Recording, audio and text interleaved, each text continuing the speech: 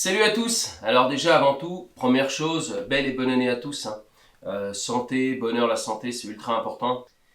Alors aujourd'hui, on va faire une vidéo sur, on va dire, l'exploitation et le matériel. Alors vous allez me dire, ouais, on voit souvent ton matériel, tu présentes quand tu as de nouveaux justement outils, à quoi ça sert, d'où ça vient, etc.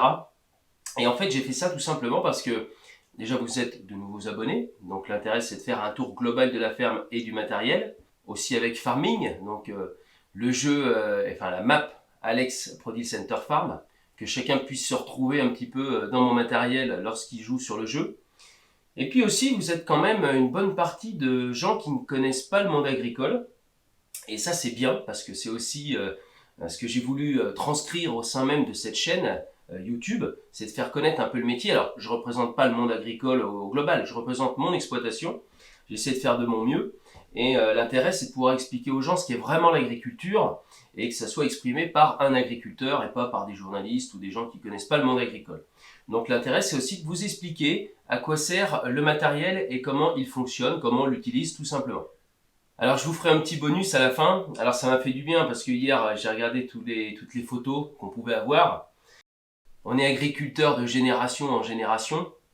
Et en fait, on a retrouvé des photos, diapositives qui ont été retranscrits en photos. La qualité des photos d'ailleurs est assez extraordinaire. Vous verrez, ça date de 1965. Je le dis bien, 1965.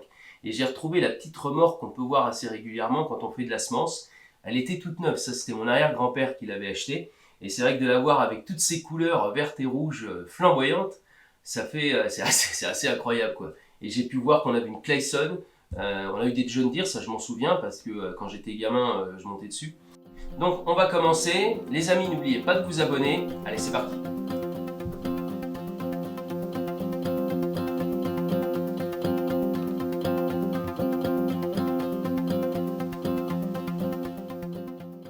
On va quand même parler de cette exploitation. Alors, je voulais aller dehors, mais il y a quand même pas mal de vent.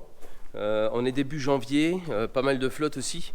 Donc même si j'ai la petite moumoute sur le micro, on est mieux sous le hangar. En fait, l'exploitation a deux sites aujourd'hui. Donc on est dans la région de la Brenne, dans le Berry, au sud de Châteauroux. Et donc ce sont des terres qui sont limono-battantes, assez fragiles pour le coup, et toutes drainées. Il faut savoir qu'il y a des années, voire des siècles, c'était des marécages en fait ici.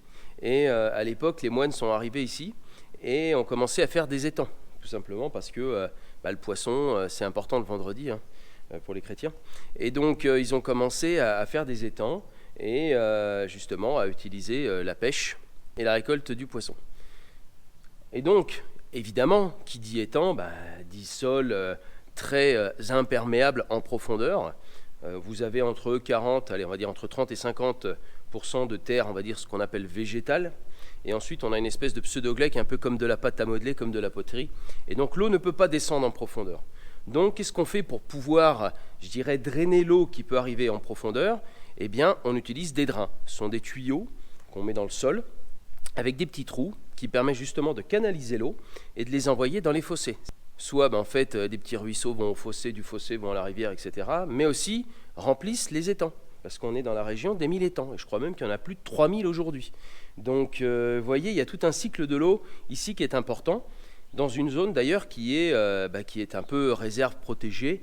C'est normal, tout ce qui touche à l'eau est important. C'est pour ça entre autres que j'avais fait une station de nettoyage un peu high-tech, mais je dirais le plus aux normes possible, entre autres pour récupérer les huiles et tout ce qui est, je dirais, carburant qui pourrait partir. Donc pour moi, ça c'est important. Tout en sachant aussi que je cherche aussi ce côté biodiversité. On est dans le bocage, on va dire le bocage. On a des haies partout, des petites parcelles, des grandes. Enfin bon, voilà, on a un paysage assez sympa. Ouais, je sais, je suis chauvin, c'est comme ça, c'est bien, ça me plaît, c'est le Berry, c'est mon enfance, c'est ma région surtout. Donc voilà, en fait, j'ai replanté en plus des haies pour différentes raisons agronomiques, mais de biodiversité aussi et d'environnement. Pour moi, c'est important, retrouver un petit peu ce qu'on avait auparavant, sachant qu'on ne l'a pas non plus perdu parce que, je vous dis, on a un paysage assez giboyeux et c'est ça qui fait un petit peu la caractéristique de la Brenne. Donc, comme je vous expliquais, terre drainée, limono-battante, des potentiels de rendement qui tournent entre 65 et 70 quintaux en blé, en sachant que mon père, à l'époque, avait acheté les terres, je crois en 77 ou 78, et les terres étaient très acides ici. Donc acidité, pH. Donc le pH, c'est le pH de l'eau. Il faut savoir que un bon pH dans les terres se trouve entre 6, 8 et 6, 9. C'est bien, pas trop basique, pas trop au-dessus de 7. Et donc, quand il est arrivé ici, 4,7 de pH. Ensuite, très peu de matière organique et surtout des terres complètement hydromorphes. Alors l'hydromorphie, c'est en fait des sols qui sont saturés d'eau, qui n'arrivent pas à évacuer. Et donc, qu'est-ce qu'il a fait? La première année, il a semé du colza et il a semé du blé et de l'orge.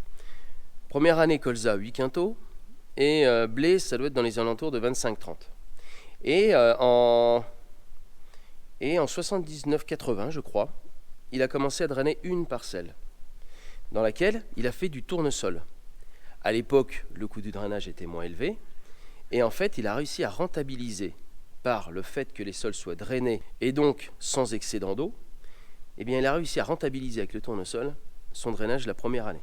Et c'est comme ça ensuite qu'il a commencé à drainer l'exploitation, je dirais surtout celle-ci parce que le premier site était celui-ci. Là, ici, il doit y avoir 110 hectares. Et donc, c'est comme ça qu'il a drainé au fur et à mesure. Les voisins se sont mis aussi à drainer. Et il avait récupéré déjà il y a 25 ans une autre exploitation qui touche à côté de 90 hectares. Si vous faites le compte, on est dans les 200 hectares. Alors, vous les voyez régulièrement, ce sont les tracteurs, ce sont les outils de tir, les outils de tête qu'on met devant le matériel. On va faire un petit peu le tour. Alors, j'ai dû masser tout simplement parce qu'on est historiquement massé. On a eu des classes, entre autres, j'ai un classe. On a eu des Valtra, on a eu, qu'est-ce qu'on a eu on a eu des SAM. Enfin bon, on a eu un peu de tout. Alors, c'est vrai qu'on aime plus ou moins une marque, on est tous comme ça. Il y en a qui aiment John Deere, il y en a qui aiment New Holland, etc. Nous, en fait, moi, ce que je regarde, c'est la fiabilité du tracteur et surtout le service qu'on peut avoir avec le concessionnaire. Et donc, entre autres, le concessionnaire Moreau et à l'époque Humez, donc où j'ai d'ailleurs aucun problème. Classe aussi. On a eu quelques petits soucis. On a tous des problématiques de ressources humaines et entre autres dans les concessions agricoles. Mais ils sont quand même venus au bout de 2-3 jours, en pleine période de moisson. Donc j'ai pu quand même me faire dépanner. Voilà aussi pourquoi je choisis ces marques. C'est d'avoir, je dirais, un relationnel avec les concessionnaires au cas où il y a des problèmes.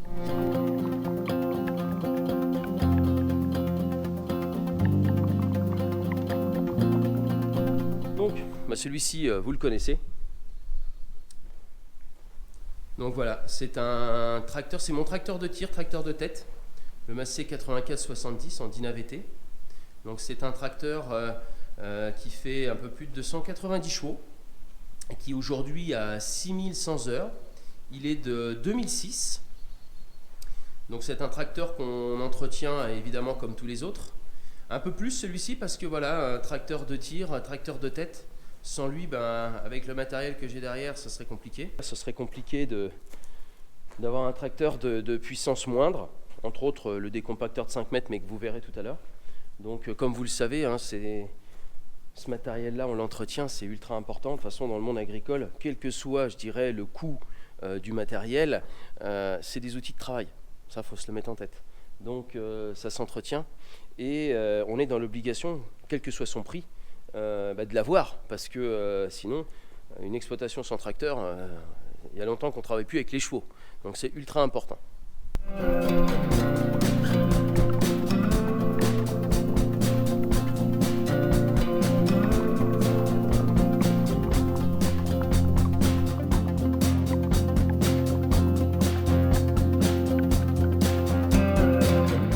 Là, on va passer sur un tracteur, je dirais, un peu plus polyvalent. C'est un classe 820, un Action, qui lui fait 180-185 chevaux, qui est un tracteur qui en règle générale fait les semis. Voilà, soit on peut le mettre aussi au déchômage. Alors c'est un tracteur aussi qui peut et qui livre, je dirais, la récolte pendant le mois de juin-juillet. Et c'est un tracteur qui aujourd'hui a, je crois, 5100 heures. Tracteur de 2007. On a eu quelques réparations dessus au niveau moteur. Ça, vous l'aviez déjà vu, hein, un petit joint de culasse. Donc voilà, un tracteur équipé, je dirais, d'autoguidage. Ça, vous l'avez vu.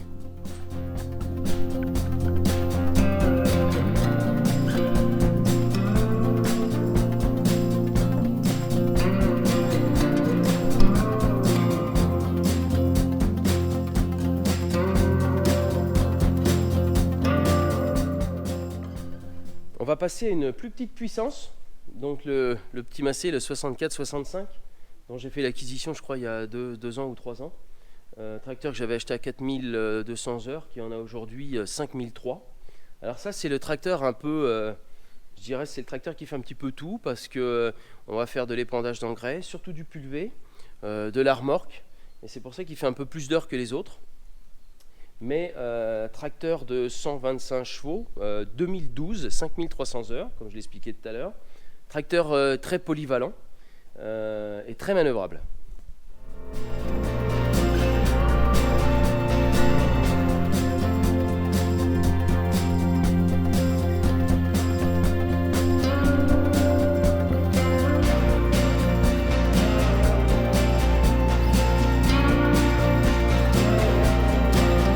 Ah, le valet de ferme. L'international Casillac, le 946, donc 2 roues motrices. Alors c'est un tracteur que je garde parce que mon père veut pas que je le vende déjà. Et puis même s'il fait, allez, à tout casser 20 heures par an, on s'en sert pour bricoler tout simplement. Il peut nous dépanner de temps en temps sur du déplacement de matériel. Et c'est un tracteur qui fait, alors je me demande s'il n'est pas de 78 je crois. Ouais, ça doit être 78, il doit avoir à peu près... je me demande s'il n'a pas 6000 heures ou entre 5 et 6000 heures. Et c'est un tracteur qui fait 90 chevaux. Alors il n'y a pas d'Eddie Blue, il n'y a pas d'électronique, il n'y a rien.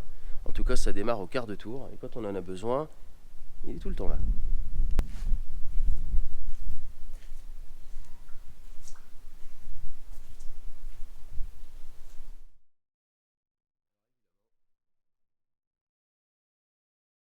Évidemment, c'est un tracteur qui aurait besoin d'être rafraîchi. À l'époque, mon père partait sur de l'occasion.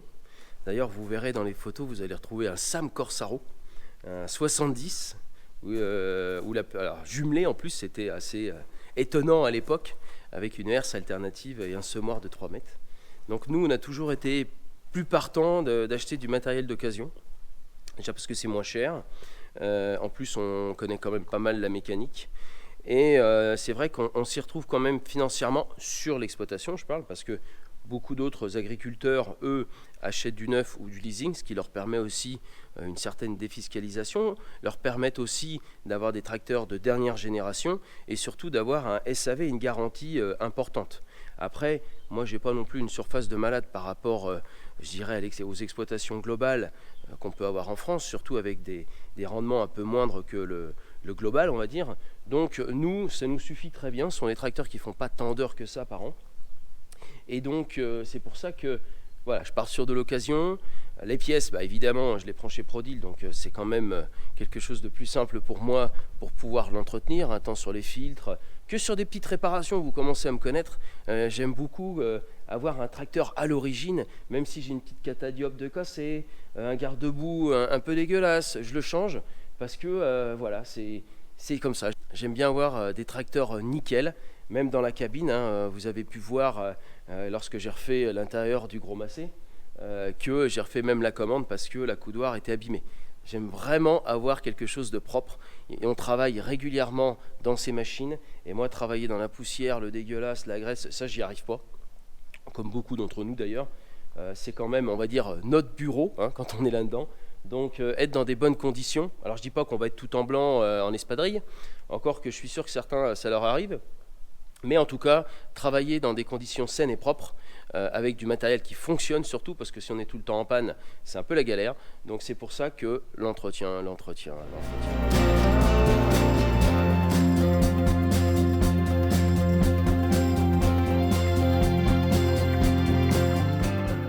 là, on a un télescopique de la marque Manitou, un 634 120 LSU turbo. Donc une machine qui est de 2004. donc que l'on utilise beaucoup pour les constructions de montage du matériel, mais aussi, je dirais, un outil très polyvalent entre les fourches, le godet et aussi l'attelage. L'attelage 3 points qui nous permet de mettre du petit matériel pour pouvoir le nettoyer sur la plateforme de nettoyage. Ouais, d'ailleurs, je cherchais l'attelage, mais en fait, on l'a laissé sur une machine. Il est là, vous voyez. Ce qui nous permet vraiment de pouvoir manœuvrer le matériel facilement, tant sur l'attelage que, je dirais, la croche de la machine, que sur le nettoyage. Donc en fait, ce Manitou de 2004 ou 2005, je ne sais plus, 3900 heures. Alors pareil, entretien. Alors vous allez me dire, ouais, tu parles d'entretien, tu as vu la gueule des pneus? Oui, je vois très bien la tête des pneus. Alors pourquoi je ne les change pas à chaque fois que vous le voyez en vidéo? Tout simplement, c'est que j'ai pas envie de dévorer la cour. C'est un outil qui reste sur l'exploitation. Et pour le moment, il a des pneus, on va dire, pas slick, mais quasiment. Et en fait, comme on tourne beaucoup sur place, avec cette machine, ça m'évite d'arracher les cailloux de la cour. Voilà pourquoi je n'ai pas encore changé les pneus. Pareil, ce sont des outils qui marchent beaucoup avec l'hydraulique. Ça, ce sont, on va dire que ça a été les gros progrès de l'agriculture, surtout du machinisme. C'est l'hydraulique, une toute petite pompe avec de l'huile capable de pousser des vérins, d'avoir des pressions extraordinaires. Et donc, évidemment, il a une flèche qui en plus fait 6 mètres. Voilà, la flèche, quand elle se déplie, elle va jusqu'à 6 mètres. Donc imaginez un peu la pression qu'il y a au bout lorsqu'on est en flèche tendue.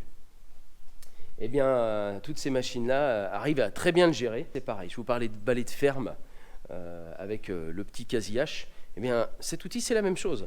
Pourquoi? Parce qu'on est capable de tout faire. On veut faire du nettoyage, on prend le godet, on veut déplacer des choses, on prend les fourches ou encore le godet.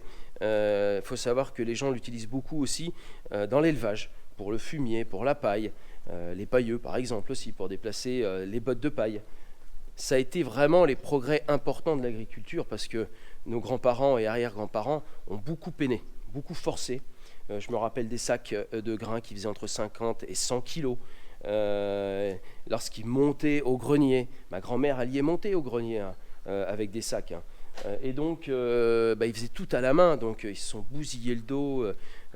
C'est des gens qui sont, je le vois, mon père aujourd'hui, et d'ailleurs je pense que sa fragilité vient aussi de ça, c'est que c'est des gens qui ont beaucoup forcé à l'époque. Aujourd'hui on est dans des conditions quand même, je dirais, plus agréables de travail, on force beaucoup moins, et ces outils-là nous ont beaucoup aidés justement pour éviter de ne pas forcer et de laisser justement les machines faire.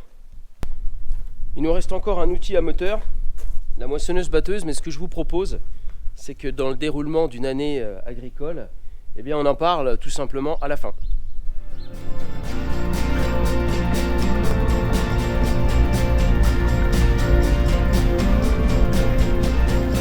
J'en ai pas encore fini avec le matériel de l'exploitation principale, mais là on va aller sur l'autre pôle, l'autre hangar, tout simplement parce qu'on a tous les outils de travail du sol.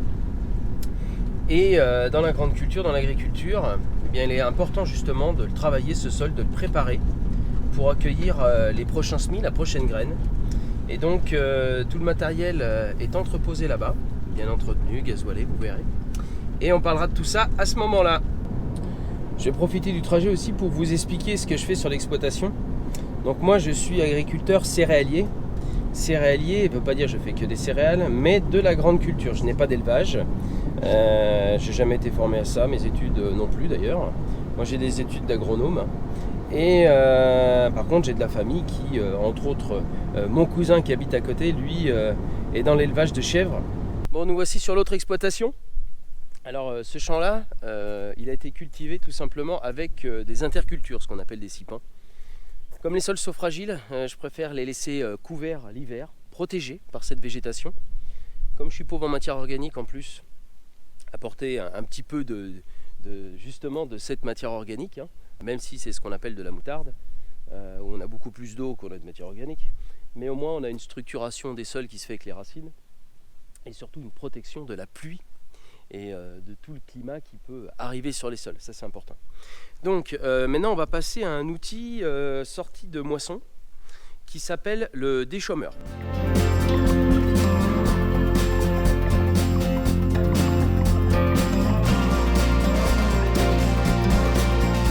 Alors là, on est sur un déchaumeur à disque. Vous voyez, il y a des disques. Alors évidemment, là, il est replié pour être rangé, mais il se déplie et il fait plus de 6 mètres. Donc l'intérêt de cet outil-là, c'est de pouvoir travailler superficiellement sur les premiers centimètres et pouvoir faire lever, je dirais, les graines d'adventice, de mauvaises herbes, et de pouvoir commencer une décomposition de la paille avec le petit mélange terre-paille qui est fait justement lors de son passage. Donc outil de 6 mètres Aragon semi-porté. Pourquoi semi-porté? Parce qu'il a des roues, ce qui évite au tracteur de tout porter sur son relevage, avec un rouleau derrière qui permet de réappuyer le sol après le passage des disques. Il faut savoir aussi que le déchaumage peut se faire entre autres aussi avec un cover crop. C'est un outil à disque aussi, sauf qu'il n'est pas, chaque disque n'est pas indépendant, il est sur un arbre. Mais on peut aussi avoir un outil à dents. Alors là, il est équipé pour travailler en profondeur, mais on peut y mettre des ailettes, ce qui permet de scalper la surface du sol. Vraiment deux outils différents, mais qui, dans le fond, ont une politique de déchaumage et de travail superficiel sortie de moisson. Alors pour info, cet outil-là, c'est l'outil de mon cousin, qui est équipé en fissuration pour remplacer l'Actisol. Il a préféré prendre ça à la place. Donc c'est pas un outil qui m'appartient, quoi.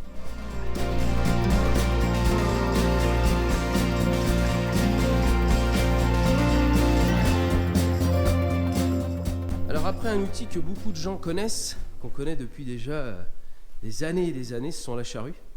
Ce sont les charrues.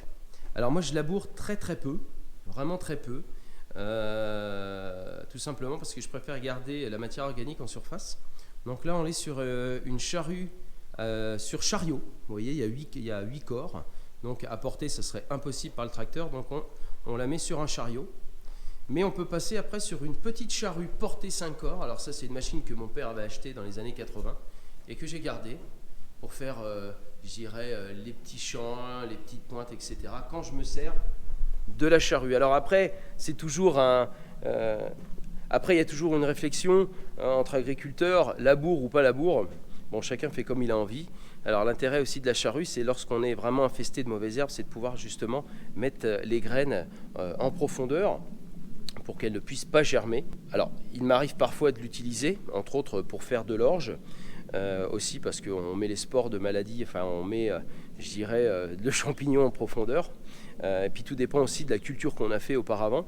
Mais voilà, moi je m'en sers, mieux c'est. Mon père aussi déjà, du temps où il avait un Actisol, je vous le montrerai tout à l'heure, labourait beaucoup moins.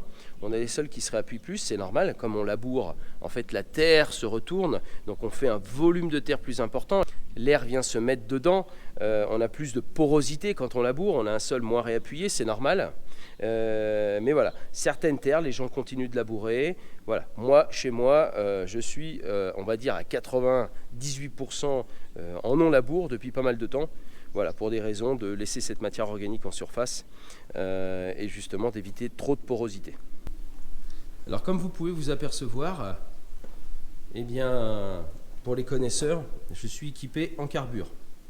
Le carbure, c'est une matière beaucoup plus résistante qu'une matière juste origine acier. Pourquoi? Parce que tout simplement, j'ai des sols qui sont très usants. Et donc, qui dit des sols très usants, d'échanger de la pièce tous les 4 matins, ce qu'on appelle de la pièce d'usure, c'est ce qui touche le sol. Donc, il y a des frottements qui se font, qui sont importants. Et donc, en fait, depuis des années, on équipe notre matériel en carbure pour garder une résistance, une usure, pour ne pas passer son temps à changer les pièces. Alors oui, ça coûte 4, 5, 6 fois plus cher, mais en fait, dans le fond, on s'y retrouve avec le temps.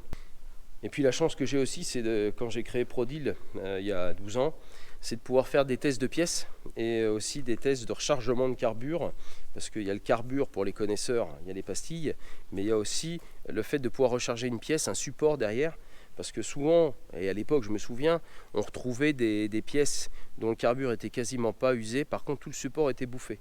Donc moi je fais plein de tests avec les fournisseurs. Ici c'est très facile à faire parce que pour vous donner une idée, une pointe de charrue, si elle n'est pas carbure, elle fait 15 hectares. Oui, je vous dis 15 hectares.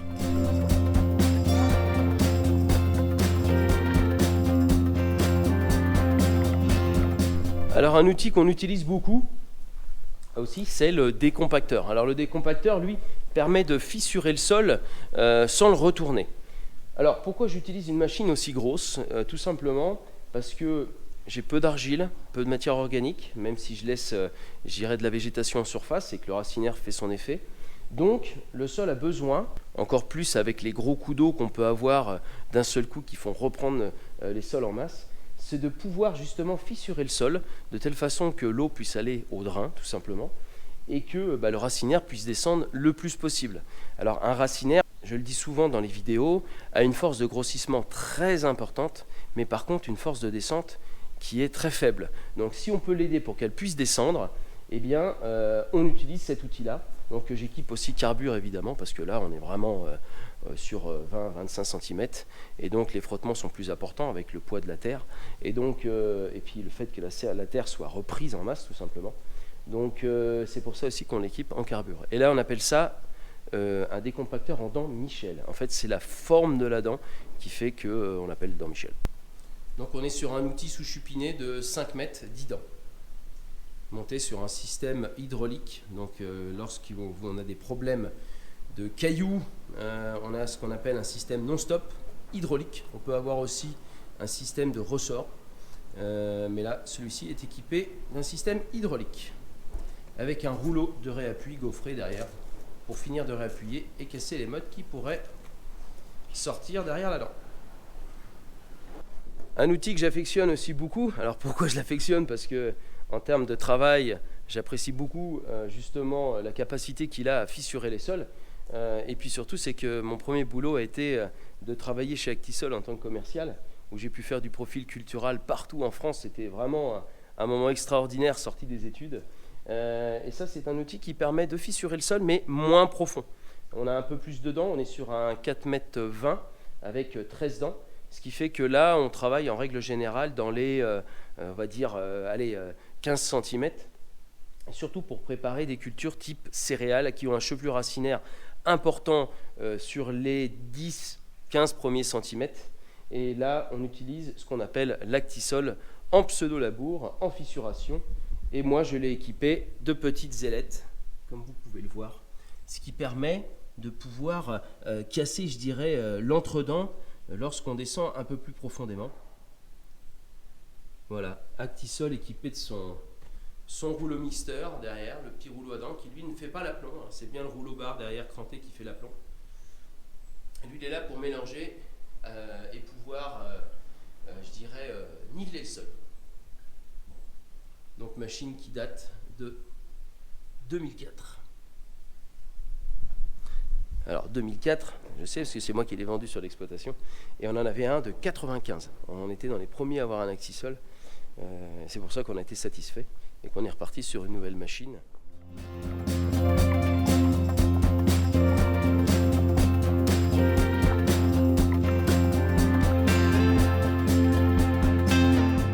On parle de nouvelles machines, voilà.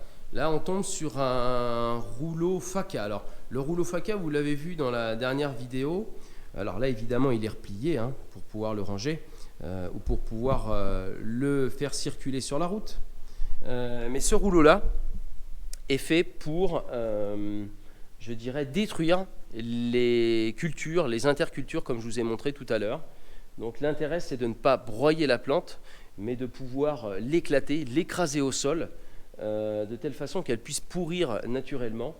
Et c'est la première année que je m'en sers vraiment. Et on voit vraiment que toute la végétation a été couchée, elle pourrit bien au sol. Qui dit pourriture, dit, je dirais, décomposition naturelle, champignons, vers de terre. Et ça, c'est un outil que j'apprécie énormément. En plus, c'est un outil qui se passe vraiment rapidement. On est sur du 6 mètres, on est sur des vitesses à 12 km/h. Et ça, c'est un bon débit de chantier. Parce qu'avant, on ira voir tout à l'heure, je crois que le broyeur est là-bas. Les intercultures, on les broyait avec un broyeur de 3,20 m. C'est des outils complètement différents, mais je préfère vraiment cet outil-là pour pouvoir détruire les scippants, les intercultures. Donc voilà, outil de 6 mètres avec un rouleau de 520.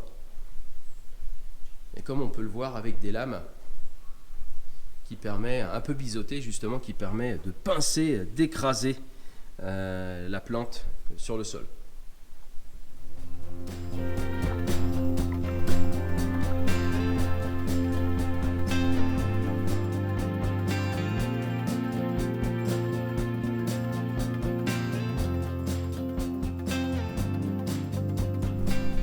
Un outil qu'on utilise peu, mais qui nous sert quand on a beaucoup de mottes, c'est le rouleau. Alors ici, on est sur un rouleau de 8,30 m Kivogne, un Cambridge. Alors pourquoi on dit Cambridge? Eh bien tout simplement, eh bien, ce sont la forme des éléments de rouleau qui font qu'il s'appelle Cambridge. Il peut être lisse, il peut être cross-kill. Alors l'intérêt, c'est qu'on a quand même un réappui qui se fait, et avec les petites dents qui brisent un peu les mottes. Donc là, on est pareil, hein, sur du semi-porté. Alors pourquoi on l'utilise peu ici? Parce qu'on est dans des sols limeno-battants, des éléments très fins, et donc l'intérêt c'est quand même de garder quelques mottes pour pouvoir justement éviter d'avoir ce qu'on appelle une croûte de battance, qui fait que le sol se reprend en masse quand il est très fin, très affiné.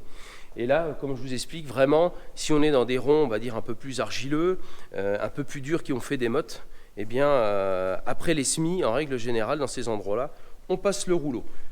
Mais c'est pas souvent.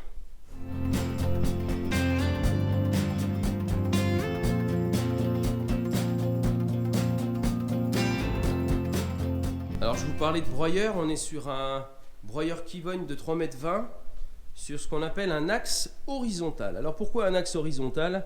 Tout simplement parce que vous avez un axe qui part de gauche à droite tout le long avec des marteaux de broyeur.